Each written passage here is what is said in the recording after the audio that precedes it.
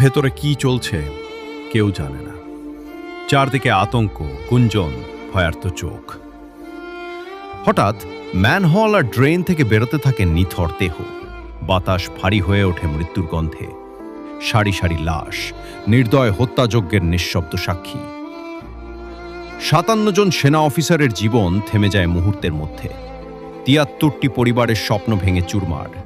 মা হারায় সন্তান, স্ত্রী হারায় স্বামী, সন্তান হারায় আশ্রয়। সেদিন শুধু মানুষ নয়, অসংখ্য হৃদয়ের আলো নিভে যায়। ইতিহাসে লেখা হলো এক নির্মম অধ্যায়। সাহস, আতঙ্ক, ত্যাগ আর অশ্রু।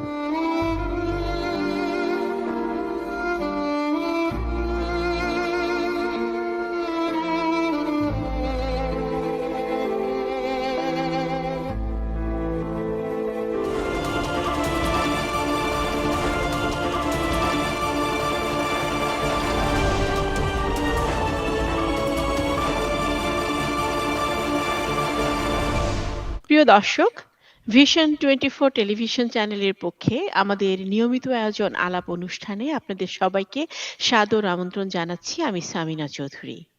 দর্শক, আজ ২৬শে ফেব্রুয়ারি।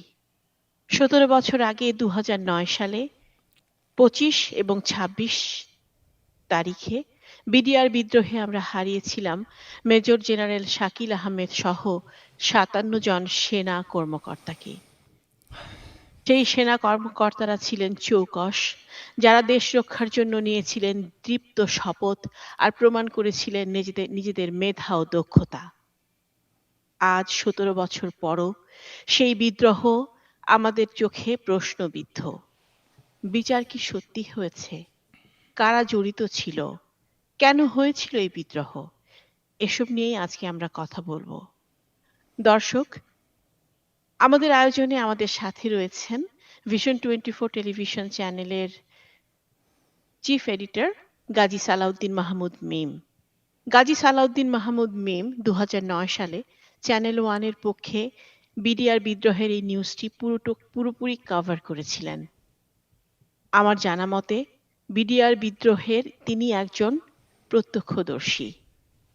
আজকে তাকে আমরা সাথে পেয়েছি এবং তার কাছে জানবো তার অভিজ্ঞতা কি ছিল। মিম, তোমাকে অসংখ্য ধন্যবাদ আমাদের সঙ্গে যুক্ত হওয়ার জন্য এবং তোমাকে আমন্ত্রণ জানাই। ধন্যবাদ আপা, অসংখ্য ধন্যবাদ। একটু বলি, আমি কিন্তু এটাকে বিডিআর বিদ্রোহ বলি না, আমি বলি বিডিআর হত্যাকাণ্ড। হ্যাঁ, অবস্থা দৃষ্টি তো আসলে হত্যাকাণ্ডই বলা উচিত। হুম। যাই হোক, যেহেতু তুমি চ্যানেল ওয়ানের পক্ষ থেকে দুর্ভাগ্যজনক ভাবে, অথবা তুমি যদি এটাকে দুর্ভাগ্য মনে করো, আমার তো মনে হয় যে কোনো করুণ ঘটনার সাক্ষী হওয়াটা আসলে এক ধরনের দুর্ভাগ্য, এটা কোনোভাবেই সৌভাগ্য না। সেই দুর্ভাগ্যের সুযোগ তোমার হয়েছিল। সেজন্যই জানতে চাচ্ছি যে চ্যানেল ওয়ানের পক্ষ থেকে তোমাকে আসলে কি দায়িত্ব দিয়ে সেখানে পাঠানো হয়েছিল এবং তুমি আসলে কি দেখেছিলে? দর্শকদেরকে সেটি একটু বলো। অসংখ্য ধন্যবাদ আপা। আসলে ওই দিন আমার ছিল ডে অফ, আমার কাজ ছিল না। আমি কোনো একটা কারণে, খুব সম্ভবত আমার খালার বাসায় যাচ্ছিলাম টঙ্গীতে। আমি যখন মহাখালী, তখন সকাল অ্যারাউন্ড 9 AM, তখন একটা ফোন আসে আমার মোবাইলে এবং আমাকে বলা হয় যে বিডিআর পিলখানার মধ্যে গোলাগুলি হচ্ছে। আমি তো অবাক হয়ে যাই, এখানে গোলাগুলি হওয়ার কোনো কারণই নেই, কারণ এর আগের দিন প্রাইম মিনিস্টারের ওখানে ছিল দরবার উদ্বোধন করেছেন এবং ওই দিনটা ছিল মূল দরবার, যেদিন বিডিআরের জওয়ানরা তাদের দাবি দাওয়া, তাদের সব কিছু কর্তৃপক্ষের কাছে তুলে ধরেন। দিনটা ছিল ওটা। সো আমাদের একজনকে অ্যাসাইনও করা ছিল।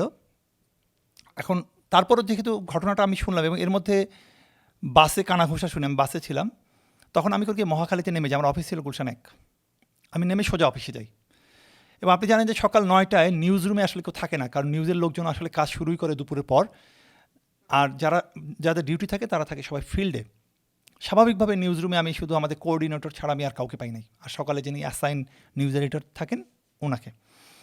আমি ওখানে গিয়ে ঘটনাটা বলার পরে আমি নিজেই ওই আমাদের অফিসের ফোন থেকে যাদের যাদের অ্যাসাইনমেন্ট আছে তাদেরকে আমি ফোন করা শুরু করি। তখন প্রাইম মিনিস্টারের অ্যাসাইনমেন্ট ছিল আমাদের সুজন মেহেদি নামে একটা ছেলে, এখন আমেরিকায় থাকেন, আর ওনার ক্যামেরাম্যান ছিলেন টিএম মামুন এখন আমেরিকায় থাকেন। ওনাদেরকে আমি ফোন দিলাম হুম। তখন ওনারা বললেন যে আমরা আসলে জানি এবং আমরা পিএম এর অ্যাসাইনমেন্টে না গিয়ে আমরা স্পটে চলে আসছি। এবং আরও কয়েকজনকে ফোন দিলাম এবং আমি আমাদের যিনি হেড অফ নিউজ ছিলেন ওনাকে ফোন দিলাম, উনি বললেন যে যে যেখানে আছে সবাইকে বলে দাও যেন পিলখানায় চলে যায়। এবং যারা ওই মানে দিন চ্যানেল ওয়ানের সব সাংবাদিকদেরকে একযোগে পিলখানায় চলে পিলখানায়, যাওয়ার হ্যাঁ, জন্য ওই দিন নির্দেশ আর দেওয়া কোনো হলো। অ্যাসাইনমেন্ট নাই, কারণ আর হওয়ার কোনো কারণই নেই। আচ্ছা, এবং আচ্ছা। যাদের যাদের ডে অফ ছিল লাইক মি, হুম। বলা হলো যে সবাইকে ফোন করে বলো অফিসে চলে আসতে। কারণ আমরা জানি যে এই ঘটনাটা যদি যেহেতু ভয়ঙ্কর ঘটনা নিশ্চয়ই আর গড়াবে, আমাদের 24 আওয়ার্স এখানে পালাক্রমে ডিউটি করতে হবে। হুম। এবং আমি করার মধ্যে আমি আধা ঘন্টার মধ্যেই আমার একজন ক্যামেরা পার্সন যিনি স্ট্যান্ড বাই থাকেন ওনাকে নিয়ে আমি গাড়ি ক্যামেরা নিয়ে সোজা চলে গেলাম স্পটে। স্পটে যে আমি দেখলাম যে আমি প্রথমে গেলাম হচ্ছে যেখানে ওই যে আপনার ঝিকাতলার পাশে যে গেটটা আছে আমার বাসার কাছে, ওই গেটে গেলাম। কিন্তু আমি ওখানে একটা পপুলার ডায়াগনস্টিক ফার্মেসির মানে একটা অফিস ওখানে আছে ইবনে সিনা ধানমন্ডি লেকের উল্টা দিকের উল্টা যে দিকে, হ্যাঁ, গেটটা গেটটা সেখানে। সেটাই, হ্যাঁ। আমি ওকে। আমি তো দিয়ে গেলাম ধানমন্ডি 2 দিয়ে ঢুকেছি, সায়েন্স ল্যাব দিয়ে। ওখানে ঢুকে ওই পপুলার ফার্মাসিউটিক্যালসের যে অফিসটা ওর পরে আর এগোতে পারিনি। দেখি সামনে একটা গাড়ি দাঁড়িয়ে আছে, মানে ওই গাড়িটা বাইরে গুলিতে গাড়িটার কেউ আহত হয়েছে বা গাড়ির চাকা লিক হয়েছে, ও গাড়ি ওখানে পড়ে আছে। উল্টা দিকে দেখি আপনার যেখানে ধানমন্ডি চিনে যে লেকের পাড়ে একটা লাশ পড়ে, মানে দূরের গুলিতে একজন সাধারণ নাগরিক উনি মারা গেছেন ওখানে পড়ে। সম্ভবত সে কোনো একটা অ্যাপার্টমেন্টের সিকিউরিটি গার্ড হবে। এই নামগুলো কিন্তু ওকে। কখনো আসে না। এই যে আমি হ্যাঁ, আমাদের কাছে তথ্য মানে যেই ডকুমেন্টস আমরা পাই পাবলিক, যে ডকুমেন্টস গুলা পাবলিকের কাছে অ্যাভেলেবল, আমরা জানতে পারি যে ১৭ জন বেসামরিক রাইট, নাগরিক। রাইট, ১৭ জন তার বেসামরিক মধ্যে তার মধ্যে আবার মেজর শাকিল আহমেদের ওয়াইফও একজন আছে। বেসামরিক নাগরিক হিসেবে অন্তর্ভুক্ত হয়েছেন। তো ওই সিকিউরিটি গার্ড কোন একটা সব বিল্ডিং এ মিলিয়ে সেও। ৭৪ জন সব মিলিয়ে। তার মধ্যে 57 হচ্ছেন সেনা অফিসার। যাই হোক, ওখানে যাই তখন তো আমরা মানে কিছুই বুঝে উঠতে পারছি না যে আসলে কি হয়েছে। তখন একটু একটু করে খবর আসছে এবং খুবই আনফরচুনেট হচ্ছে আমার ঠিক পাশে, আমরা ওখানে কয়েকজন সাংবাদিক ছিলাম, আমার পাশে এক সিনিয়র সাংবাদিক ছিলেন, উনি আবার ভারতের একটা টেলিভিশন চ্যানেলের স্থানীয় প্রতিনিধি। ওকে। 11টার দিকে সে ফোনও দিচ্ছে। তখন কিন্তু আমরা যেমন এখন দেখেন যে স্পট থেকে ভিডিও লাইভ দেই, তখন কিন্তু এই ফ্যাসিলিটি বাংলাদেশে চালু হয়নি। তখন হ্যাঁ, আমাদের হ্যাঁ, ছিল সর্বোচ্চ না, ছিল হচ্ছে ছিল ফোনে, না। ফোনে আমরা কানেক্ট করতাম, ফোনে আমরা বলে ফোনও দেওয়া। আমরা আমরা ক্যাসেটে ফুটেজ পাঠিয়ে দিতাম, আপনার টেলিভিশনে ফুটেজটা প্লে হতো আর ব্যাকগ্রাউন্ডে বা সাইডে আমার একটা ছবি থাকতো, ফোনটা যেত। হ্যাঁ, ফোনে কথা বলতো ফোনে এবং কথা বলতো, যিনি হ্যাঁ, নিউজ প্রেজেন্টার থাকতেন তার হ্যাঁ, পাশে তোমার ছবি ছবি এবং যেত ফোনের ফোনে, হ্যাঁ। কনভারসেশনটা। হ্যাঁ। আর যদি স্থানীয় ফুটেজ থাকে দেখা যেত নিউজ প্রেজেন্টের ওই জায়গাটা ফুটেজটা প্লে করা হতো। তখন উনি লাইভে বলছেন কলকাতার একটা টেলিভিশনে যে শাকিল সহ 34 জন মারা গেছে। শাকিল। হ্যাঁ, শাকিল, ওকে। ডিজি শাকিল। ওনার ফোনও শেষ হলে আমি বললাম যে আপনি কোথায় জানলেন যে শাকিল মারা গেছে? তার বলে আমার কাছে ও খবর আছে। মাই। মানে তখন তোমরা জানো না যে না, শাকিল কেউ জানে না। তখন আমি তাকে জেনারেল বললাম, শাকিল। উনি বলল যে ওনার কাছে খবর আছে, উনি ইন্ডিয়ান একটা টেলিভিশন চ্যানেলে লাইভ দিচ্ছেন ফোনে। ওনাকে আমি বললাম যে আপনি কোথায় বেলা 11টা বা 11:30 বাজে তখন। যদ্দূর আমরা জানি তখনও শাকিল কিন্তু মারা যায় নাই, পরবর্তীতে আমরা জানছি। সে লাইভ দিচ্ছে, ধরেন শাকিল মারা গেছে, বাংলাদেশ সরকারের পক্ষ থেকে কিন্তু কিছুই বলা হয় না কয়জন মারা গেছে কি যায় নাই। তখন আমি একজন সাংবাদিক হিসেবে আমি কিন্তু কোনো টেলিভিশন চ্যানেলে বা কোথাও কিন্তু বলতে পারি না কে কে মারা গেছে। আর সেই ওকে। সাংবাদিক কিন্তু আমার পাশে দাঁড়িয়ে আমার পার্শ্ববর্তী দেশের একটা টিভি চ্যানেলে লাইভে বলছে শাকিল সহ 34 জন মারা গেছে। তুমি কি করে জানতে পারলা যে উনি ভারতীয় সাংবাদিক? আমরা তো জানি উনি উনি কে কে কোথায় কাজ করে, আমরা তো সবাই জানি। এবং উনি মানে তখন তোমরা লাইভে দিচ্ছিল। পরিচিত ছিলা? হ্যাঁ, আমরা তো অবশ্যই, আমরা এক ইন্ডাস্ট্রিতে কাজ করি, সবাইকে চিনি। সেই ভদ্রলোক কিছুদিন আগে টরন্টোতে বেড়াতে এসে বাসায় চা খেয়ে গেছেন, এখনও বাংলাদেশে বহলতবিয়তে সাংবাদিকতাও করছেন। এনিওয়ে, কিছুক্ষণ পরে দেখি আমাদের একজন দিদি সাংবাদিক, আপনারা জানেন মুন্নি সাহা, সে গাড়ি নিয়ে দেখি গেটে চলে যায়, যেখানে আমরা সামনেও যেতে পারি না, উনি গেটে চলে যায়। ওনার কাছে ফোন আসে, উনি গেটে চলে যান, আমাদের দু একজনকে ডাকে সাথে। আমি যাইনি, কারণ আমার কাছে মনে হয়েছে ওনার সাথে যাওয়াটা খারাপ হবে। কারণ ওখানে আমার একটা জিনিস মাথায় ছিল যে এই বিষয়গুলো অনেক সময় হয় কি প্রচারের ক্ষেত্রে পরিমিতি বোধ থাকতে হয়, কারণ এটা রাষ্ট্রীয় স্বার্থ জড়িত।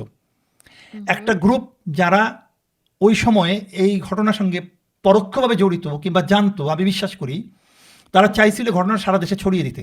এবং আপনি জানেন যে বিডিআর ঘটনার পরপর কিন্তু সারা দেশের বিডিআর ক্যাম্পগুলোতে কিন্তু উত্তেজনা ছড়িয়ে পড়ে, কারণ উত্তেজনাটা ছড়ানো হয়েছিল বিদ্রোহের নাম করে। ডাল ভাত কর্মসূচির টাকা দেওয়া হয় না, তাদের ডিপ্রাইভ করা হয়, এইটা ধরে। আচ্ছা, আমরা সেই বিশ্লেষণে যাব। আমি তার আগে তোমার ফার্স্ট হ্যান্ড এক্সপেরিয়েন্সটা শুনি।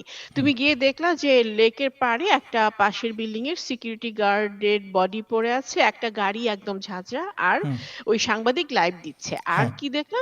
এইটুকু তো দেখলাম। এখানে আমি দেখার পরে আমি আশেপাশে সবখানে ওই পাশে যাওয়ার চেষ্টা করলাম, কিছু হুম, দেখতে পারেন। এর মধ্যে দেখতে পাচ্ছি যে আর্মি চলে আসছে, আচ্ছা, আর্মার্ড ভেহিকেল, অনেকে আপনার ট্যাঙ্ক বলে, আসলে ট্যাঙ্ক না, ট্যাঙ্ক পরে হুম, এসেছিল কিনা আমার মনে নেই, তবে ওই মুহূর্তে সবার আগে আর্মার্ড ভেহিকেল যেগুলো আসে ওগুলো আসে। তো তখন কয়টা বাজে? তখন তখন 25 তারিখ। বাজে 12টার মতো বেজে গেছে। মানে 12টার ওকে। মধ্যেই আর্মি কিন্তু আমাদের স্পটে চলে আসছে, এবং হুম, আমরা ধরে নিচ্ছি যে আর্মি বোধহয় এখন ভেতরে ঢুকবে, এবং আর্মি ভিতরে ঢুকলে কোনো ব্যাপার না। এবং আর্মিরা আপনার যেটা করেন বাংকারের মতো তৈরি করে ওই যে বালুর বস্তা দিয়ে চারিদিকে, হুম, ঝিকাতলার ওই পাশে। এবং আমার মনে আছে এখন যিনি সেনাপ্রধান ওয়াকার জামান, হুম। উনিও তখন ওখানে ছিলেন। আচ্ছা, ওই উনি তখন টিমের মেজর, মধ্যে। উনি এখন মিড রেঞ্জের একটা মেজর, কোনো ক্ষমতাবান ব্যক্তি, উনি মেজর। উনি ঝিকাতলার যে গেটটা আছে, রাস্তাটা আছে, ওই কর্নারে ওখানে উনি ছিলেন। আচ্ছা, এবং বলতে পারেন ওনার নামটা কেন মনে আছে আপনি বলি, ওনার নামটা ওয়াকার। ওয়াকার নামটা কিন্তু আমাদের দেশে খুব কমন না, এবং আপনি জানেন যে ওই সময় একজন খুব ক্রিকেটার ছিল ওয়াকার ক্রিকেটার ইউনুস, ছিলেন। ওই জন্য ওয়াকার নামটা দেখি, আর আমি নিজে ক্রিকেট, আচ্ছা, ওই আচ্ছা। জন্য নামটা মনে আছে। পরে দেখি উনি সেনাপ্রধান হয়েছেন আমাদের। এনিওয়ে, ওকে। তারপরে যেটা হয়, আমি ওখানে ফোনও দিই, ফোনও দেওয়ার পরে আমি তখন, এর মধ্যে বেলা 3টে বেজে গেছে। 3টে বেজে আচ্ছা, তখন আমি পেছন দিক দিয়ে আপনার নিউ মার্কেটের পাশে যে গেটটা আছে ওই দিকে যাওয়ার হুম, চেষ্টা করি। তারপর আবার ওই পেছনে আর একটা গেট আছে, ওইদিকে যাওয়ার চেষ্টা, মানে শব্দ। তখন ওখানে আমি শুনতে পাই যে আপনার কামরাঙ্গীর চরের ওইদিকে ম্যান হলে 6টা লাশ পাওয়া গেছে। মানে ওইদিন 25 তারিখ, ওর 25 মধ্যেই তারিখে, হ্যাঁ, ম্যানহোলে 6টা লাশ পাওয়া গেছে বিকালবেলা। বিকেলের দিকে। আমি তখন গিয়ে ওই ওই ছবিগুলো আমি নেই, এবং আমি অফিসের ছবিগুলো পাঠাই। হুম, এবং আমি আবারও আমি মানে আমরা কিন্তু ওই যে আধা ঘন্টা পর পর ফোনও দিচ্ছিলাম। এবং আপনারা জানেন আমরা যখন, তখন তো স্মার্টফোন ছিল না, হুম, এবং হুম। তখন আমরা যে ফোন ব্যবহার করতাম ওই ফোনে কিন্তু 3-4 দিন চার্জ থাকতো, আপনার খেয়াল আছে নিশ্চয়ই। Button phone. হ্যাঁ, হুম। কিন্তু নকিয়া, নকিয়া হ্যাঁ, কোম্পানি। আমাদের এমনই ব্যস্ততা ছিল, বিকালের মধ্যে আমার ফোনের চার্জ চলে যায়। আমার বাসার কাছে আমার ছোট ভাইকে বলে আরেকটা ফোন দিয়ে যাও। এভাবে আমরা কাজ করছি। আচ্ছা। তখন ওইটা থেকে ফেরার পথে, সেটা তখন বাজে প্রায় সন্ধ্যার একটু আগে, হুম, হুম। আজিমপুর গোরস্থান ওখানে সাইরেন বাজতেছে, আচ্ছা। এবং লোকজন দৌড়ায় বেরোচ্ছে ঘর থেকে। মানে আমার কারণ চোখে ভাসছে, আমরা একটা ছবি দেখি না 71 সালে লোকজন ঘটিবাটি নিয়ে দৌড়ায় চলে যাচ্ছে, হ্যাঁ, ঠিক সাইরেনের সাথে। ঠিক ওই রকম দৃশ্য। কি ব্যাপার, আমি শুনলাম যে আর্মি ভিতরে ঢুকবে, সেই জন্য আশেপাশের বাড়িঘর খালি করতে বলছে। ওকে। এগুলো কিন্তু আপা আমার নিজের চোখে দেখা, এগুলো কারো কাছ মানে থেকে শোনা না। ওইদিন তখনও 25 25 তারিখ তারিখ বিকেল। বিকেল বেলায়, হুম। আসরের আজানের পর। এবং সেনাবাহিনী এসে তারা ঢুকছে না। তারা কেন গেটে ঢুকছে না, আ সেনাবাহিনী ঢুকছে না? আমার আমার মনে আছে আমি টেলিভিশনের নিউজ ফলো করছিলাম। তো আমি দেখলাম যে সেনাবাহিনী এসছে, তারা ঢুকবে। তো সেনাবাহিনী ক্যান্টনমেন্ট থেকে যখন বের হলো তখন আমরা খুবই আশাবাদী যে এই ক্যান্টনমেন্ট থেকে যেতে আর কতক্ষণ লাগবে? রাইট, হার্ডলি হ্যাঁ, 40 মিনিট। 11টার কিন্তু মধ্যে কিন্তু ওরা চলে আসছে। Eventually they are waiting for some mysterious reason at the gate. হ্যাঁ, পরে হলো কি, ওখানে র্যাবেরও একটা টিম ছিল। র্যাবের টিমটা ঢুকতে চাচ্ছে, কিন্তু হুম, আমরা হুম। দেখছি টেলিফোনে কথাবার্তা বলতেছে, কিন্তু র্যাব ঢোকেনি। পরবর্তীতে বিভিন্ন ইন্টারভিউ বিভিন্ন জায়গায় শুনেছি যে র্যাবের ডিজি ঢুকতে বারণ করেছিলেন, আচ্ছা, আচ্ছা। ঢুকতে দেওয়া হয় নাই। দ্যাটস হ্যাঁ, okay. That's a mystery another one. Then hmm, hmm. এর আগের একটু বলি, তার ঠিক আগে আমি যখন এই গেটে আসার আগে, আমি ওই গেটে থাকা অবস্থায় অ্যারাউন্ড 2টা-3টা বাজে, তখন দেখি বিডিআরের ভেতর থেকে 4-5টা গাড়ি বের হয়ে গেল। হুম, হুম। কোথায় গেল শুনলাম যে বিদ্রোহ যারা করেছে তাদের যেন ডিএডি তৌহিদ, আমার নামগুলো সব মনে নেই, তৌহিদ, হ্যাঁ, সবাই মনে মিলে আছে আমার। হুম। যমুনায় যাচ্ছেন, কারণ তখন প্রাইম মিনিস্টার শেখ হাসিনা যমুনায় থাকতেন, গণভবনে না। তৌহিদ ছিলেন খুবই একটা নেতৃত্ব স্থানীয় হ্যাঁ, অবস্থানে, এবং উনি মিডিয়াতে বেশ কয়েকবার ইন্টারভিউ দিয়েছেন। হ্যাঁ, পরে দেখা গেল ওনারা নিয়ে গেলেন, যমুনায় গেলেন। কি আচ্ছা। শোনা গেল যে বিষয়টা আর্মিদের ঠেকানো হবে না, রাজনৈতিকভাবে সমাধান করা হবে। এবং বিষয়টাকে সাধারণ মানুষ, ইভেন ওখানে যারা আর্মি এসেছিল তারা কেউ ভালোভাবে নেয় নাই, কারণ এটা রাজনৈতিকভাবে নেওয়ার কিছু নাই। আর্মি 10 মিনিট লাগে ভিতরে ঢুকলে, বিডিআরের দুই পাশে, বিডিআর পিলখানা কিন্তু মাঝখানে শহরের, আপনি যদি 3 গেট দিয়ে 3টে আর্মি টিম ঢুকাই দেন, ওটা কিন্তু অবস্থা আর কিছু করতে পারবে না। সেই ক্ষেত্রে আর্মি যখন এসেছিল ওই সময় যদি আর্মি ঢুকতে পারতো, আমার বিশ্বাস একজন অফিসারও মারা যেত না।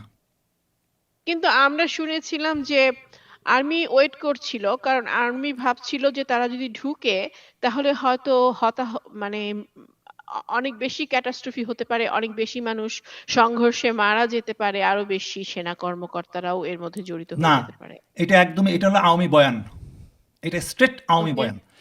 শেখ হাসিনার মঈনুল আহমেদ শেখ হাসিনার কাছে জানতে চেয়েছেন ভিতরে ঢোকার পারমিশন, শেখ হাসিনা পারমিশন দেন নাই। শাকিল সাহেব প্রাইম মিনিস্টারকে নিজে ফোন করছে, যেগুলো অডিও আমরা পরে শুনেছি। আচ্ছা, শেখ এই হাসিনা প্রসঙ্গে তুমি এই বিষয়গুলি বলার আগে আমার প্রশ্নটা একটু বলতে চাই, এটা আমার একটু জানার আছে। সেটা হচ্ছে যে আমরা কিন্তু দেখলাম যে ২৬ তারিখে নানক এবং 26 না, সাহারা 25 তারিখেই, এটা 25 তারিখ বিকালে। ২৫ তারিখ যে নানক এবং সাহারা খাতুন এরা দুজন সাদা পতাকা হাতে বিডিআরে ঢুকলেন এবং বেশ বীরত্বের সাথে ভিতরে ঢুকার পরে আমরা সবাই ভাবলাম, বা এদের কোনো ভয় নাই, তারা কত নির্ভীক। তখন আওয়ামী লীগ গভর্নমেন্ট নতুন ক্ষমতায় এসছে। পরে শোনা গেল যে তারাই নাকি আসলে জড়িত ছিল, শেখ হাসিনা নাকি পারমিশনই দেয়নি ঢুকার জন্য। তো আসলে ব্যাপারটা কি, মানে এই নাটকের অর্থটা কি, কেন এই মানে এই ক্যামোফ্ল্যাজটা নিতে হলো, তাদের সংশ্লিষ্টতা কি ছিল? এখানে যখন বিকেলের কথা বলি, আমরা দেখলাম হঠাৎ করে নানক এবং সাহারা খাতুন ওই গেট দিয়ে, আমি তখন সামনে দাঁড়ানো, ওনাদের থেকে 10 হাত দূরে আমি দাঁড়ানো ছিলাম। সাদা হুম। একটা পতাকা উঠাইলো, উঠে এরকম বীরের মতো হাঁটতে হাঁটতে ভিতরে চলে গেলেন। হেঁটে হেঁটে ভেতরে আর একটা নাটক তারা করছেন, অস্ত্র সমর্পণ নাটক। আমি আপনাকে বলি, ওই অস্ত্রগুলা ভেতরে সাহারা খাতুনের টেবিলে রাখছে, টেবিল থেকে নিচে রাখছে, বিটিভি হুম। ছবি নিছে, বিটিভি চলে আসছে, অস্ত্র যাদের হাতে তাদেরকে আবার পৌঁছে দেওয়া হয়েছে। এটা হাউ ওখানকার ডু ইউ নো? প্রত্যক্ষদর্শীদের সাক্ষী এটা আসছে। আচ্ছা। এবং এই যে ঘটনার সাথে ধরেন একটা সহজ হিসাব, আর্মি প্রধান বলছে আমি ঢুকবো 10 মিনিটের মধ্যে আমার সমস্যার সমাধান, প্রাইম মিনিস্টার পারমিশন দিচ্ছে না, হুম হুম। আর কিছু নাই বলার। আওয়ামীপন্থী এবং ভারতপন্থী যে সাংবাদিক, সেই সাংবাদিকদের যে তৎপরতা, যে কাজকর্ম দেখেছি, এটা আমার নিজের চোখের সামনে। পৃথিবীতে যদি ধর্ম সত্য হয়, তাহলে এটা সত্য যে আওয়ামী লীগের সাথে ইনভলভ ছিল, এটা আমি বলতে পারি। না, কিন্তু শেখ হাসিনা তখন নতুন, উনি তো আসলে এত প্যাচ উনা ততদিনে বুঝে ওঠার কোনো শেখ কথা হাসিনা না। জন্মই হয়েছে প্যাচ নিয়ে, আজন্ম প্যাচের মানুষ। আপনি আগে দেখছেন তো, আপনার মনে হয় সেরাটনের সামনে গাড়িতে আগুন দিয়ে মানুষের ঘাড়ে বলছিল, সে 1/11-এর সময় তো শেখ সেলিম সেটা মুখেই বলছে, হ্যাঁ আমরাই করছিলাম, কারে দিয়ে করাইছি, কি করাইছিল। প্যাচ যদি বলেন, এই প্যাচ জানে শেখ হাসিনা। তাহলে বাংলাদেশে এত আওয়ামী প্যাচ আর লীগ কেউ জানে না। মানে আওয়ামী লীগের বেনিফিটটা কি, এটা ওনারা কেন করবে? আওয়ামী লীগের বেনিফিট হচ্ছে, আওয়ামী লীগ সবসময় দেখবেন, খেয়াল করবেন যে আওয়ামী লীগের ভিতরে একটা সেনা মানে ঘেন্না আছে। আর তার চেয়ে বড় কথা হচ্ছে, আওয়ামী লীগ ক্ষমতা এসে দীর্ঘমেয়াদী ক্ষমতায় থাকতে চাইছে, এবং এই প্রজেক্টটা ছিল হলো ভারতের প্রজেক্ট। এবং ভারতের প্রজেক্ট যদি বাস্তবায়ন করে, ভারতই তাকে আজন্ম ক্ষমতায় রাখবে। এখানে আরেকটা গুজব, বাংলাদেশে তো যে কোনো ঘটনা ঘটলেই গুজবে ভরে যায় দেশ, মানুষজন কিভাবে যে পায়, কোথা থেকে যে পায় এত সংবাদ। সেটা হচ্ছে যে এটাও শোনা গিয়েছিল যে ভারতের হাত ছিল, র নাকি এই কাজটা করেছে। তো জিনিসটা কেমন ধোঁয়াটে এবং বেশ ঝাপসা। না, বিষয়টা এই ধরেন রয়ের কথা, আপনি যত অনেক কিছুই আমরা বলি, র ইনভলভ, এই কথাটা ওঠার পিছনে যথেষ্ট কারণও আছে। আপনি দেখেন কারণ 5ই অগাস্টের পরে দেখবেন যে প্লেনে করে পালাইছে, কিন্তু পুলিশের মধ্যে ছিল, অস্ত্র এয়ারপোর্টে পালাইছে, সাধারণ আপনি মোবাইলের ছবি তুলছে। ওরা কারা? এবং বিডিআরের ঘটনার মধ্যে অনেকেই সাক্ষী দিয়েছেন, যেসব সোলজার ছিল সেই সোলজারদের অনেকেই হিন্দিতে কথা বলতেছিল। বাংলাদেশের কোনো নাগরিক সাধারণ কথাবার্তার মধ্যে হিন্দিতে কথা বলে না, নাম্বার 1। আর একটা জিনিস বলি, আপনি শহীদুল হককে তো চিনেন, আমাদের চিত্র সাংবাদিক, ফটোগ্রাফার, বিশ্ববিখ্যাত সাংবাদিক শহীদুল আলম।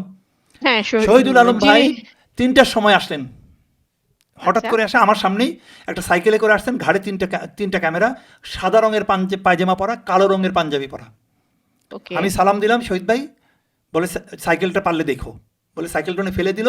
উনি নেমে রাস্তা পার হয়ে ওই যে পুকুরের পাড়টা আছে না, ওই যে আর্মিরা যখন ক্রল করে, করতে করতে করতে ঠিক গেট বরাবর ওখানে বসেছিল, এবং উনি ওখানে কয়েক ঘন্টা থেকে উনি অনেকগুলো ছবি তুলছেন। গেটে কিছু ছবি আছে, আপনি দেখবেন আমাদের বিডিআরে যে জওয়ানরা ছিল এরা কিন্তু গ্রামের ভোকানাঙ্গা মানুষ। বাংলাদেশের গ্রামীণ একটা মানুষের চেহারা আর আর্মি পার্সনের একটা চেহারা কিন্তু আপনি আলাদা করতে পারবেন।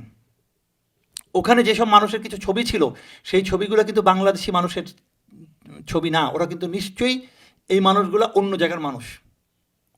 এবং আপনার তো কথাই বলাই আছে যে বিডিআরের ঘটনার সময় সকালবেলা ওখানে একটা মাইক্রোবাস ভিতরে ঢুকেছে এবং ওই যে সাহারা খাতুনের উপর একটা মিছিল ভিতরে ঢুকেছে। মিছিলে যে কজন লোক ছিল বেরোনোর সময় তার চেয়ে অনেক বেশি সংখ্যক লোক মিছিল সহ বের হয়ে আসছে। ওই মিছিলের মধ্যে করেই অনেকে বের হয়ে গেছে। এগুলোর তথ্য প্রমাণ আছে, কি যথেষ্ট তথ্য তথ্য প্রমাণ। কি কি কি তথ্য প্রমাণ আছে? যারা মানে এই ঘটনার সাথে ইনভলভড, আওয়ামী লীগ ইনভলভড, এই ব্যাপারটা খুব খুব মানে খুবই স্পোকেন একটা না, ইস্যু, এটা স্পোকেন, সবাই এটা প্রমাণিত। বলা বলি করে। এটা যে যে আপনি যে সর্বশেষ যে কমিশন হয়েছে সেই কমিশনের যে রিপোর্ট এসেছে তদন্ত কমিশনে, সেখানে স্পষ্ট করে এটা উল্লেখ করা আছে যে কিন্তু সেই রিপোর্ট আরেকটা জিনিস শুনি, আরেকটা জিনিস শুনি। ভারত বাংলাদেশ স্বাধীন হওয়ার পর থেকেই ভারত চাইছে বাংলাদেশে বিডিআর ভারতের স্টাইলে চলবে, বিএসএফ এর স্টাইল। কীরকম স্টাইল? বাংলাদেশে ভারতের বিএসএফ হচ্ছে বাংলাদেশের পুলিশ বাহিনী যেভাবে চলে সেরকম একটি বাহিনী, কিন্তু আমাদের বিডিআর হচ্ছে, বিডিআরের সৈনিকরা হচ্ছে সাধারণ মানুষ থেকে আসে পুলিশের মতন, আর প্রশাসন চালায় হচ্ছে আর্মি। যে কারণে আমাদের বিডিআরের এফিসিয়েন্সি বিএসএফ এর চেয়ে অনেক বেশি। আচ্ছা, বাংলাদেশ স্বাধীন হওয়ার পরে ইন্ডিয়া দুইটা জিনিস চাইছিল বাংলাদেশে, এক হচ্ছে বিডিআর এইভাবে হবে না ওইভাবে হবে, দ্বিতীয় তারা বলছিল বাংলাদেশে আর্মির দরকার নেই, রক্ষী বাহিনী যথেষ্ট। আচ্ছা, এটা ছিল, এর যথেষ্ট কারণও ছিল। এবং আপনি জানেন যে 2001 সালে রৌমারিতে যে ঘটনা ঘটে সেই ঘটনার একটা রিভেঞ্জ। রৌমারিতে সকালবেলায় বিএসএফ এর একটা, তারও আগে একটা ঘটনা আছে। আপনার রৌমারি ঘটনা আগে সিলেটে একটা আমাদের বিডিআর ক্যাম্প আছে, যেটা 1971 সালে ওখানে মুক্তিযোদ্ধাদের ক্যাম্প হিসেবে ব্যবহৃত হতো। ওই জায়গাটা ভারত দখল করতে চাইতো, কিন্তু যখন ওই সময় যে ডিজি ছিলেন, যে যাকেই পরবর্তীতে এই যে কমিশনে প্রধান করা হয়েছিলেন বজলুর রহমান, উনি তখন ওনার একটা পদক্ষেপের কারণে ভারত ওখান থেকে পিছু হতে বাধ্য হয়, ওটা ছেড়ে দিতে। তার কিছুদিন পরেই ওরা ওই 120 বা 125 কিলোমিটার আপনার ওয়েস্টে রৌমারি অঞ্চলে গিয়ে সকালবেলায় তারা বাংলাদেশের ভিতরে ঢুকে। কিন্তু সকালবেলা যখন ঢুকে তখন যে স্থানীয় কৃষকরা ছিল তারা বিষয়টা দেখতে পায়, তারা সরাসরি বিডিআর ক্যাম্পে খবর দেয়। বিডিআর ক্যাম্পে খবর দিলে বিডিআর ক্যাম্পে তখন 16 জন উপস্থিত ছিল মাত্র। তারা নিকটবর্তী ক্যাম্পে ফোন করে এবং সেখান থেকে ট্রুপ পাঠাইতে বলে এবং ওরা পুরোটা ক্যাম্প ছেড়ে দেয়। এর মধ্যে হচ্ছে কি বিএসএফরা তো বাংলাদেশের ভিতরে ঢুকে গেছে। ঢুকে যাওয়ার পরে তখন আমাদের বিডিআর এর সদস্যরা ওদেরকে চারিদিক দিয়ে আটকায় ফেলে। ওখানে একটা যুদ্ধ হয়, সেই যুদ্ধে বাংলাদেশের একজন মারা যায়, কিন্তু বিএসএফ এর অফিসিয়ালি বলা হয়েছে 12 জন মারা গেছে, কিন্তু মারা যায় আসলে 100 জনের উপরে, ইনক্লুডিং 1 কর্নেল। তাহলে কি আমরা বলতে পারি যে 2001 সালে রৌমারির এই ঘটনাটার প্রতিশোধ হিসেবে এই ঘটনাটা? অনেক কিছু, এটা একটা পার্ট, অনেকগুলো। যেমন বাংলাদেশকে পঙ্গু করা, বাংলাদেশকে অস্থির করা, বাংলাদেশের সীমান্তে দেখেন বিডিআর এর নাম পরিবর্তন করে বিজিবি করা, এটাকে মোরালি আপনাকে ডাউন করার জন্য এটা করা হয়েছে। এবং বিজিবি করার পরে পরবর্তী 1 বছর বা 2 বছর বাংলাদেশে বিজিবি সদস্যদের কাছে কোনো আর্মস ছিল না। আমার বর্ডারে যে কিলিং, আমাদের বর্ডারে যে আপনার চোরাচালান হিসেবে কিলিং হয়, চোরাচালান কি বাংলাদেশের একা মানুষ করে? ওই পাশের একজনও তো ইনভলভ থাকে। দুই পক্ষই তো জড়িত। হ্যাঁ, কিন্তু ওই পক্ষে তো কেউ মরে নাই জীবনেও, শুধু আমরাই বলি সবসময় বাংলাদেশেরই মারা যায়। বাংলাদেশের লোকজন চোরাচালানি করছে, হ্যাঁ, অ্যাজ ইফ ওই দেশের লোকজন জিনিসগুলো বাংলাদেশিদেরকে দিচ্ছে না। এবং বাংলাদেশের ওই সময়ের আওয়ামী লীগের পররাষ্ট্রমন্ত্রী বলছেন আমরা চুরি করতে যাই আমাদের তো মারবেই, এই টাইপের কথা বলছে আমাদের মন্ত্রণালয় থেকে, মন্ত্রীদের কাছ থেকে, মুখ থেকে এই ধরনের কথা আসছে। সো আর এখানে ধরেন আজম যিনি, আরেকটা জিনিস খেয়াল করেন, এই বিডিআর ঘটনার সময় বাংলাদেশে বিভিন্ন জায়গা থেকে সেরা অফিসারদেরকে বিডিআর আনা হয়েছে। গুলজারের নাম শুনেছেন? গুলজার এর আগে র্যাবে ছিলেন, 3 বছরের চাকরি হওয়ার পরে ওনাকে বিডিআর পাঠানো হয়। এখানে একটা বলি, আর্মির নিয়ম হচ্ছে আপনি আর্মির বাইরে কোনো বাহিনীতে কাউকে যদি পাঠান, সেখানে তার কাজ শেষ হওয়ার পর সে আবার আর্মিতে নির্দিষ্ট একটা সময় চাকরি করবে, তারপর আপনি অন্য কোথাও তাকে পাঠাবেন। এটা হলো আর্মির বেসিক ল। গুলজারকে তো সেই ল মানেন নাই, মানে এতই প্রয়োজন তাকে ওখানে না গেলে দেশ নষ্ট হয়ে যাবে। কারণ মানে আসলে আমি যতটুকু শুনেছি যে যেসব আর্মি অফিসারদেরকে মারতে হবে তাদেরকে তাদেরকে ওখানে টার্গেট করে করে করে ওখানে বিডিআর এ পোস্টিং দেওয়া পোস্টিং দেওয়া হয়েছিল হয়েছে। হ্যাঁ, so that they can be killed together. হ্যাঁ। এবং আপনি যখন অভিজ্ঞতার কথা বলছেন, আমি এটা গেল প্রথম দিনের অভিজ্ঞতা। রাতের বেলা তো সারা রাত দেখলাম। রাতের বেলা দেখলাম আবাহনী মাঠে, ওখানে বিশাল উম, আহ, জনগণ, আর্মি ক্যাম্পের মতো করা হয়েছিল। এনিওয়ে, পরের দিন সকাল থেকে আমি আবার কাভার করি, দেখি। যদ্দূর মনে পড়ে, তৃতীয় দিন সকালে, সকালবেলায় প্রথম আমি বিডিআরের ভিতরে ঢুকতে পাই। হ্যাঁ, ওই দিন সাংবাদিকরা সবাই হ্যাঁ, ঢুকতে পারে। এর আগের দিন আমি এক ছাদের উপর থেকে আমি অনেক ছবি পেয়েছিলাম, দুর্লভ দুর্লভ ছবি, যেগুলো আমার কাছে আছে। আর এই ছবিগুলো এত নৃশংস না, এই ছবিগুলো কখনোই কোনোখানে দেখানো যায় না। এবং ২৭ তারিখ সকালবেলা যখন আমি ঢুকলাম, আমি প্রথম ওই যে জিকাতলা গেট দিয়ে ঢুকেছি। জিকাতলা গেটের সামনে ঢুকলেই প্রথমে ডিজির বাসা পড়ে। ডিজির বাসায় ঢুকলাম আমি। আমার সঙ্গে আরেকজন সাংবাদিক ছিলেন, তখন ২১ টিভিতে কাজ করেন, এখন একজন বিখ্যাত ব্লগার, ইউটিউবার, কনক সরওয়ার, আপনি চিনেন নিশ্চয়ই। আমি আর কনক ভাই একসঙ্গে ঢুকি আচ্ছা, ওই ডিজি সাহেবের বাসায়। ওকে। এবং দোতলার উপর, ওটা ছিল একটা ডুপ্লেক্স বাসা। ঢোকার পরে দেখতে পেলাম পুরো ঘর তছনছ করা, এবং কারো হয়তো বার্থডে ছিল, একটা কেকের অর্ধেক কাটা ছিল, ওটা মাটিতে লেপটানো। এবং ওই যে ডুপ্লেক্স ভেতর দিয়ে এসে সিঁড়িটা, ওই সিঁড়িতে দেখতে পেলাম রক্তের দাগ, মানে কোনো একটা লাশ টেনে নামানো হয়েছে সিঁড়ি দিয়ে। এবং ওই দাগ ধরে ধরে আমি দেখলাম, বাইরে গেলাম, বাইরের রাস্তার সামনে, ওই রাস্তাটা পিচ ঢালা রাস্তা, এবং ওই পিচ ঢালা রাস্তাটা বেশি খড়খড়া। আপনি ধরেন এই বাসাবাড়ির সামনে যে পিচ ঢালা রাস্তাগুলো হয়, এগুলো কিন্তু খড়খড়া হয়, কারণ গাড়ি চলে না। মেইন রাস্তায় পিচ ঢালার গাড়ি চলতে চলতে রাস্তাটা স্মুথ হয়। আচ্ছা। কিন্তু আপনি দেখবেন এখানেও আপনাদের ওই বাড়ির সামনে যে পিচ ঢালা রাস্তাগুলো অনেক খড়খড়া হয়, ট্র্যাকশন বেশি থাকে, হ্যাঁ, যে কারণে হয়তো লাশটাকে টেনে আর বেশি দূর নিতে পারে নাই। আচ্ছা। এক জায়গায় দেখলাম রক্তের দাগ শেষ, বোঝা গেল এখানে লাশটা রাখা হয়েছিল, এবং ওখানে সাদা সাদা দাগ, এবং তার মানে বুটের দাগ চলে গিয়েছে, সামনে হেঁটে গেছেন, বুটের দাগগুলা সাদা সাদা। তার মানে বুট দিয়ে ওই লাশের মাথা আঘাত করা হয়েছে, এবং মগজের যে চিহ্ন, ওটা ছিল ওর মগজের চিহ্ন। ও আমি যতদূর মনে করি এটা হচ্ছে শাকিল সাহেবের ওয়াইফের লাশ। আচ্ছা। এটা আমার চোখে দেখা পা।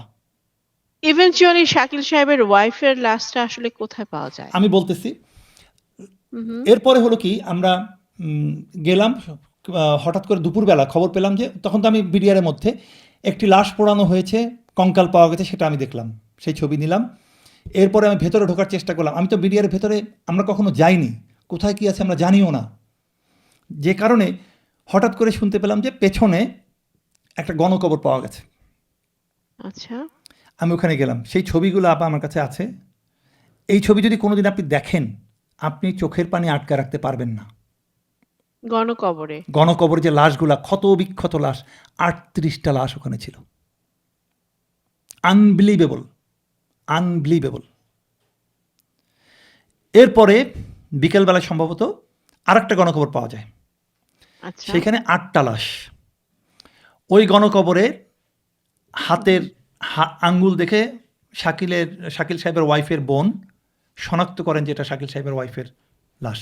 লাশ। এবং লাশটা ছিল হচ্ছে মেরুন রঙের পর্দা দিয়ে মোড়ানো। ওই যে ওনার যে বাসায় আমরা দেখে এসেছিলাম, মেরুন রঙের পর্দা আমরা দেখে এসেছিলাম, সেই মেরুন রঙের পর্দা দিয়ে লাশটা পেঁচানো ছিল। ওটা হচ্ছে শাকিল সাহেব।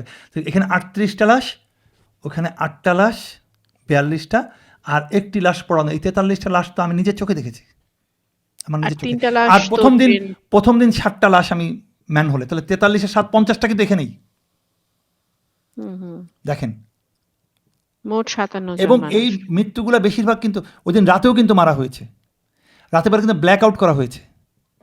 এবং আপনি জানেন যে ওখানে যে ফ্যামিলিগুলো ছিল, সেই ফ্যামিলির যারা মহিলা ছিল তাদেরকে নির্যাতন করা হয়েছে।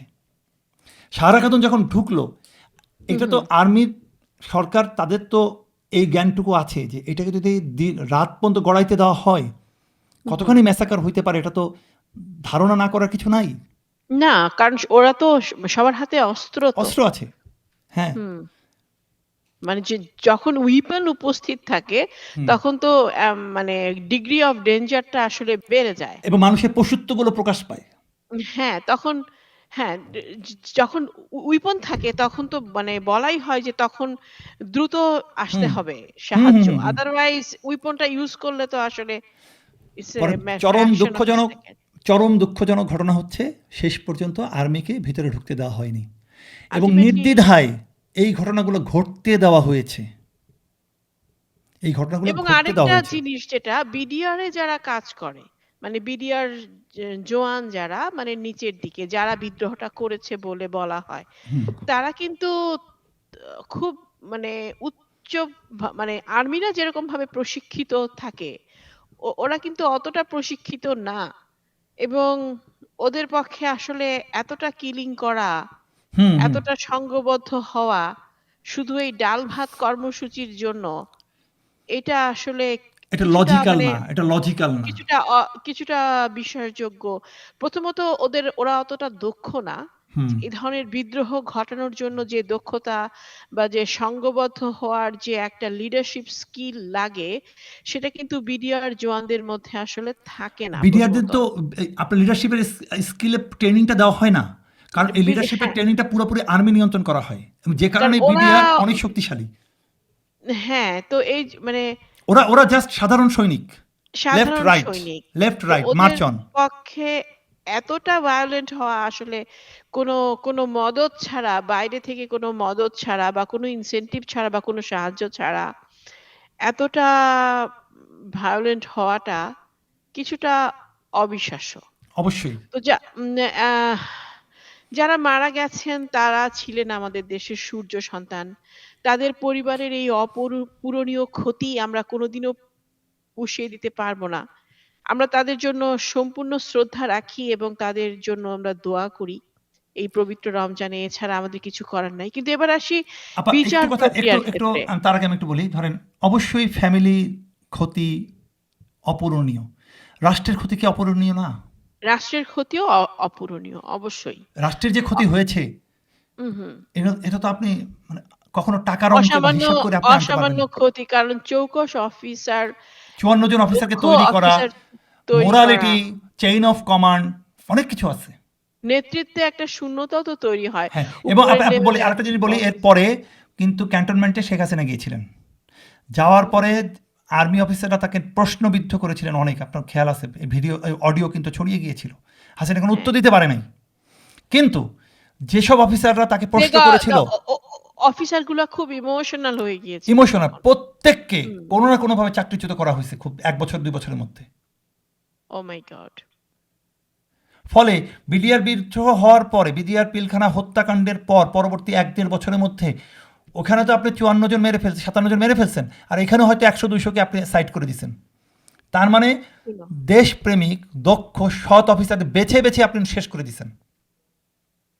মানে that was the actually ground তৈরি করা হ্যাঁ, ১৭ যে বছরের আমি জন্য। থাকবো চিরদিন, ১৭ বছর টার্গেটই তো ছিল আওয়ামী লীগের ৪১ সাল পর্যন্ত থাকবে। ট্রু। তো আমি এবার বিচার প্রক্রিয়ায় আসি। আওয়ামী লীগ গভর্নমেন্ট কিন্তু বিডিআর হত্যাকাণ্ডের বিচার করেছিল। প্রায় ৩০০ জনকে বিভিন্নভাবে বিভিন্ন মেয়াদে, প্রায় ১৫২ জনকে ফাঁসি এবং আরো ১৫০ জনের মতো বিডিআর জওয়ানকে তারা বিভিন্ন মেয়াদের কারাদণ্ড দিয়েছে। তো তারা তো আসলে বিচার করেছে বলেই মনে হয়েছে।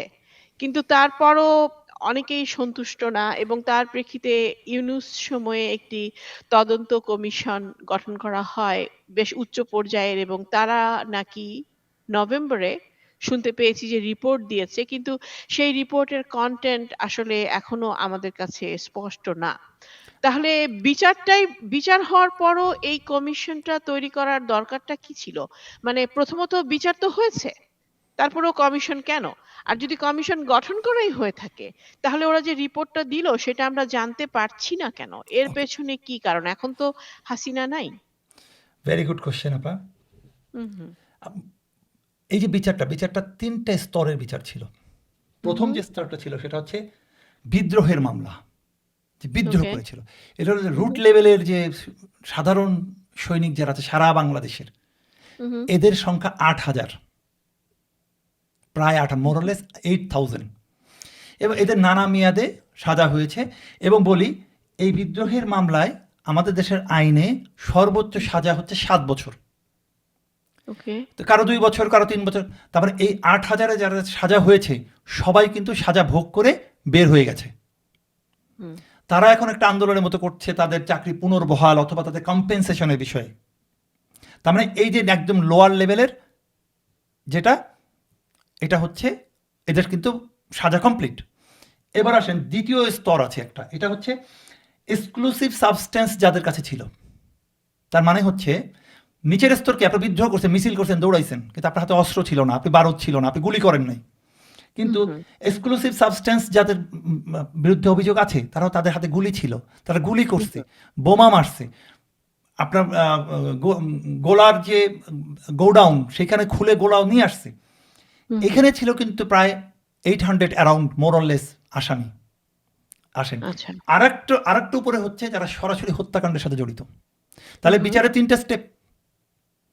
সরাসরি হত্যাকাণ্ডের সাথে যারা জড়িত এদের বিচার হয়েছে আপনি যেটা বললেন, হ্যাঁ, এবং 152 জনকে ফাঁসি দেওয়া হ্যাঁ, হয়েছে এই এই যতটুকু আমার মনে এই পড়ে। এই অংশটা এখন অ্যাপিলেট বিভাগে আছে। তারা তো ফাঁসি হলে তারা তো আপিল করছে উচ্চ আদালতে।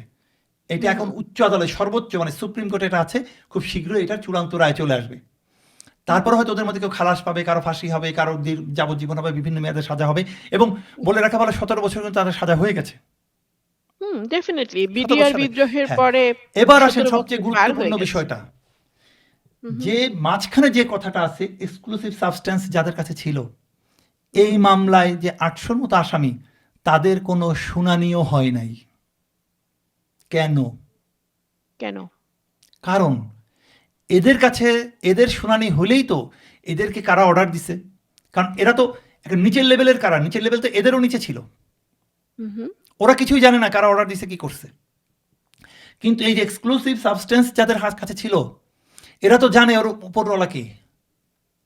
আপনি যদি শুনানি প্রক্রিয়া শুরু করেন, তাহলে তো শেখ হাসিনার নাম, বাবরের নাম, কিংবা আর্মির মধ্যে যদি কেউ জড়িত থাকে, পুলিশের মধ্যে যদি কেউ জড়িত থাকে, র্যাবের মধ্যে যদি কেউ জড়িত থাকে, নামটা চলে আসবে।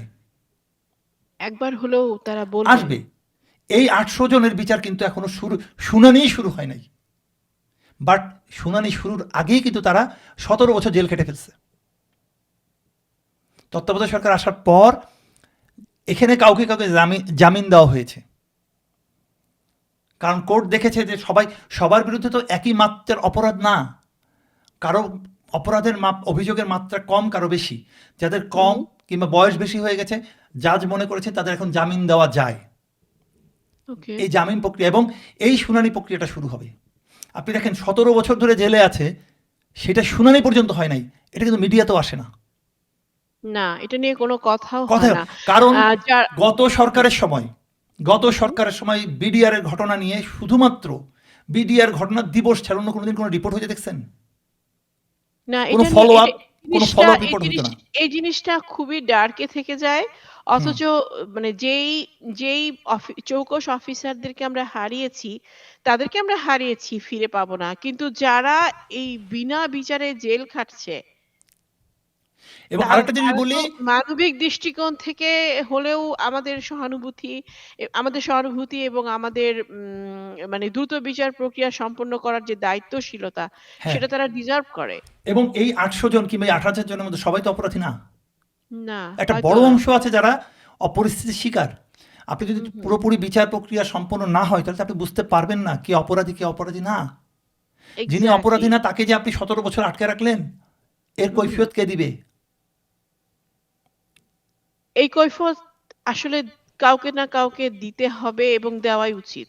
হ্যাঁ, এখন ধরেন তো এই দাবিটা আসলে বিডিআর থেকেই আসা উচিত আমার মনে হয়।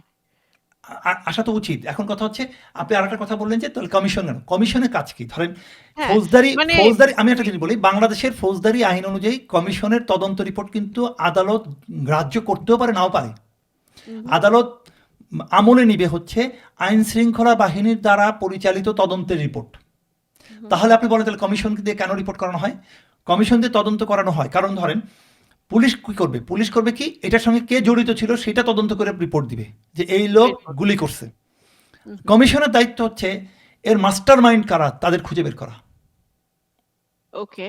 ডক্টর ইউনূস আসার পর খুব ভালো একটা কাজ করেছিলেন। উনি কিন্তু এই কমিশন গঠন করেছিলেন ফজলুর রহমানের নেতৃত্বে, খুবই অনেস্ট অফিসার। এবং আমরা জানি ওই রৌমারী ঘটনার সময় উনি কিন্তু বিডিআর ডিজি ছিলেন। হুম, হুম। এই প্রসঙ্গে আমি যেটা জানতে চাচ্ছি তোমার কাছে যে আম এতগুলো বিচার হলো, প্রায় ৩০০ লোককে বিভিন্ন রকমের সাজা দেওয়া হলো। কিন্তু তারপরও কিছু মানুষের কাছে জিনিসটা ধোঁয়াশা থেকেই গেল। যারা বিচারের সম্মুখীন হলো তারা কি আসলেই দোষী? অথবা এর পেছনে আসলে কে ছিল, কি ছিল, কেন ছিল? কিছুই জানা গেল না। এবং এই সমস্ত কারণে ইউনূস সরকারের সময় একটা যে কমিটিটা গঠিত হলো, সেই কমিশন। কমিটির যে কমিশনটা গঠিত হলো, সেই কমিশনের যে রিপোর্ট, সেটা আমরা আজও জানতে পারলাম না। এটা কেন? মানে এটা ৩০ নভেম্বর উনি কিন্তু রিপোর্টটা প্রধান উপদেষ্টার কাছে হস্তান্তর করেছেন। হুম, কিন্তু ৩০ নভেম্বর থেকে ডিসেম্বর, জানুয়ারি, ফেব্রুয়ারি ৩ মাস এখনো কিন্তু রিপোর্টটা পাবলিক হলো না। কিন্তু কেন? সারা দেশের মানুষের কিন্তু প্রত্যাশা ছিল রিপোর্টটা পান। যদি বলেন এক কথায় কেন? সেটা হচ্ছে আর্মি। আর্মি এটা পাবলিশ হতে দেয়নি। কারণ? কারণ ওই যে আমি বলছিলাম না মাঝখানে একটা গ্রুপ এক্সক্লুসিভ সাবস্টেন্স যাদের কাছে ছিল, উহু, তাদের বিচারটা কেন হয় না? তাদের বিচার হলে তার উপরে কারা ছিল তাদের নামগুলো বেরিয়ে আসতো।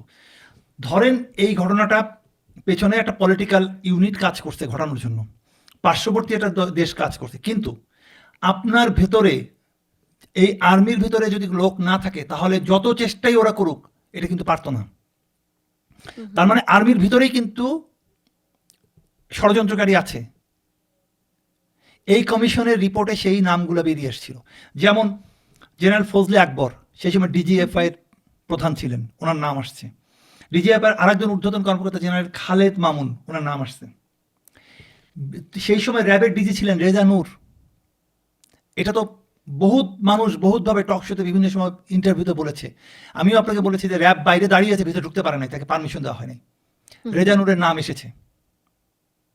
মজার আচ্ছা। বিষয়, মজার বিষয়, এই যে এখন যে পুলিশের আইজিপি, এই আজকে মনে হয় পরিবর্তন হয়ে গেল বাহার, উহু, তিনি যখন স্পেশাল ব্রাঞ্চে ছিলেন তার নামও এসেছে। আপনি বিডিআর এর ঘটনার পর শাকিল মারা যাওয়ার পর যে বিডিআর এর যে প্রধান করা হয় তার নাম কি মাইনুল, খুব সম্ভব মেজর জেনারেল মাইনুল। উহু, ওনার বিরুদ্ধে অভিযোগ আসছে উনি অনেক এভিডেন্স হারিয়ে ফেলেছেন, সরিয়ে ফেলেছেন, লুকিয়ে ফেলেছেন। উহু।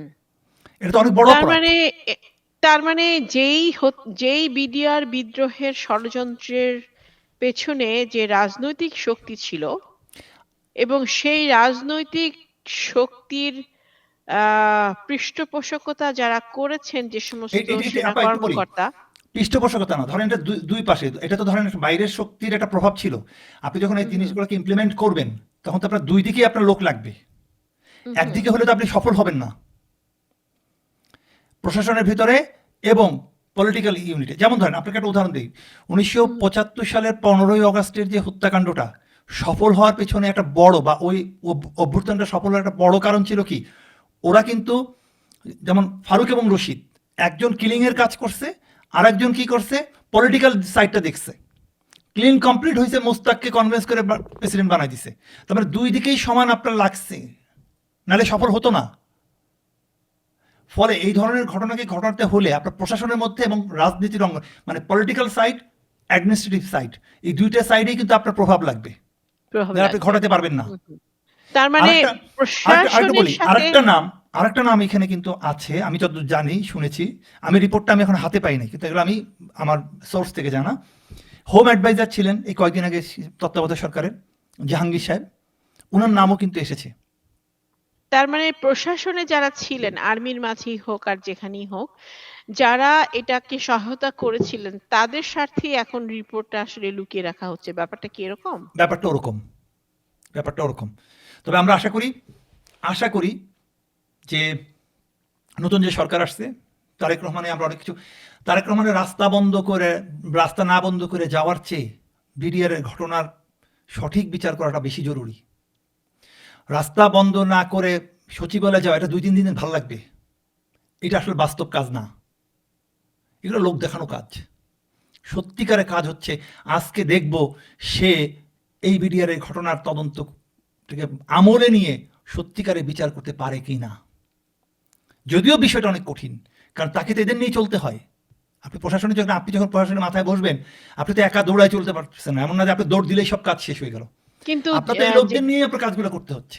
কিন্তু প্রশাসনে এই মুহূর্তে যারা উচ্চ পর্যায়ে আছেন তাদের স্বার্থেই যদি এই রিপোর্টটি জনসমক্ষে প্রকাশ করা না হয়ে থাকে তাহলে তারেক রহমানের পক্ষে কিছু করাটা তো আসলে কঠিন। কঠিন। কারণ এখানে একটু বলি, ধরেন প্রশাসনে এই মুহূর্তে কিন্তু তারা নাই, তারা ছিলেন। যেমন এই যে বলেন আকবর, রেজানুর, এরা তো এখন নাই। কিন্তু আর্মির কি সমস্যা? যদি আর্মি এর সাথে জড়িত ছিল, হুম, এটা তো বললে আর্মির একটা গায়ে লাগে, আর্মির মানে ভাবমূর্তির উপর পড়ে। আপনার মনে আছে ভাবমূর্তি। ওয়াকারুজ্জামান বলেছিলেন ফুল স্টপ এই বিচার হুম, প্রক্রিয়া নিয়ে তদন্ত নিয়ে, মনে আছে? কারণ উনি জানে যে এই নামগুলো আসবে, ফলে এটা কাকের মানে আর্মির গায়েই কিন্তু থুতুটা পড়বে, ঠিক না? তো আমরা আমাদের অনুষ্ঠানের শেষ প্রান্তে এসে পৌঁছেছি। প্রিয় দর্শক, বাংলাদেশে বিডিআর হত্যাকাণ্ডের ঘটনাটি নিঃসন্দেহে একটি কলঙ্কজনক বিষয়। এই কলঙ্ক থেকে আমরা যত দ্রুত বের হয়ে আসব, আমার মনে হয় আমরা তত দ্রুত পরিশুদ্ধ হব। একসময়ের সেনা কর্মকর্তা এবং গায়ক হায়দার হোসেন বলেছিলেন, কত ব্যথা বুকে চাপালে তাকে বলি আমি ধৈর্য। নির্মমতা কতদূর হলে জাতি হবে নির্লজ্জ। আমি চিৎকার করে কাঁদিতে চাহিয়া করিতে পারিনি চিৎকার। এই জাতি ১৭ বছর ধৈর্য ধরেছে শুধু এই কলঙ্ক থেকে মুক্তি পাওয়ার জন্য। আমরা আশা করব এই হত্যাকাণ্ডের বিচার হবে এবং সত্য বের হয়ে আসবে আলোতে। আমরা আশা করব এরকম নির্মম হত্যাকাণ্ডের সাক্ষী বাংলাদেশের আর কোনো সাংবাদিক যেন কোনোদিন না হয়, যেটা তুমি হয়েছ, গাজী মাহমুদ মিম, তুমি হয়েছ। সবাই ভালো থাকবেন। সবাইকে শুভকামনা জানিয়ে আমাদের আজকের আয়োজন শেষ করছি। খোদা অসংখ্য হাফেজ। ধন্যবাদ আপা। আমি শুধু শেষে একটা কথা বলি, 1971 সালে স্বাধীনতা যুদ্ধ কিন্তু এত সেনা অফিসার মারা যায়নি দ্যাটস ট্রু। যারা বিডিআর বিলখানায় মারা গেছে। So, দ্যাট এটা ইজ এই ভেরি এই স্যাড। এবং আপনি যদি পৃথিবীর ইতিহাস ঘাটেন, আপনি কোথাও এর দ্বিতীয় নিদর্শন পাবেন না। এবং সবচেয়ে দুঃখজনক, আমাদের দেশেরই মানুষ। আরো দুঃখজনক, আমি এই টরন্টোতে এক ভদ্রলোক আছে যার বড় ভাই ওই ঘটনায় মারা গেছেন, সে এখনো আওয়ামী দালালি করে বেড়ায়। এই দুঃখ আপনি কোথায় রাখবেন? সেটা তার পার্সোনাল চয়েস থাকতেই পারে। কিন্তু এই জাতি হিসেবে এই হত্যাকাণ্ডের বিচার হওয়া এবং বিচার হলে আমরা লজ্জামুক্ত হই, এটা তো অস্বীকার করার অবশ্যই, আসলে কোনো অবশ্যই, উপায় অবশ্যই। নাই। এবং আমরা আমাদের জায়গা থেকে শুভকামনা জানাই, সকলের শুভ বুদ্ধির উদয় হোক। সবাই ভালো থাকবেন। সবাইকে খোদা হাফেজ। ধন্যবাদ।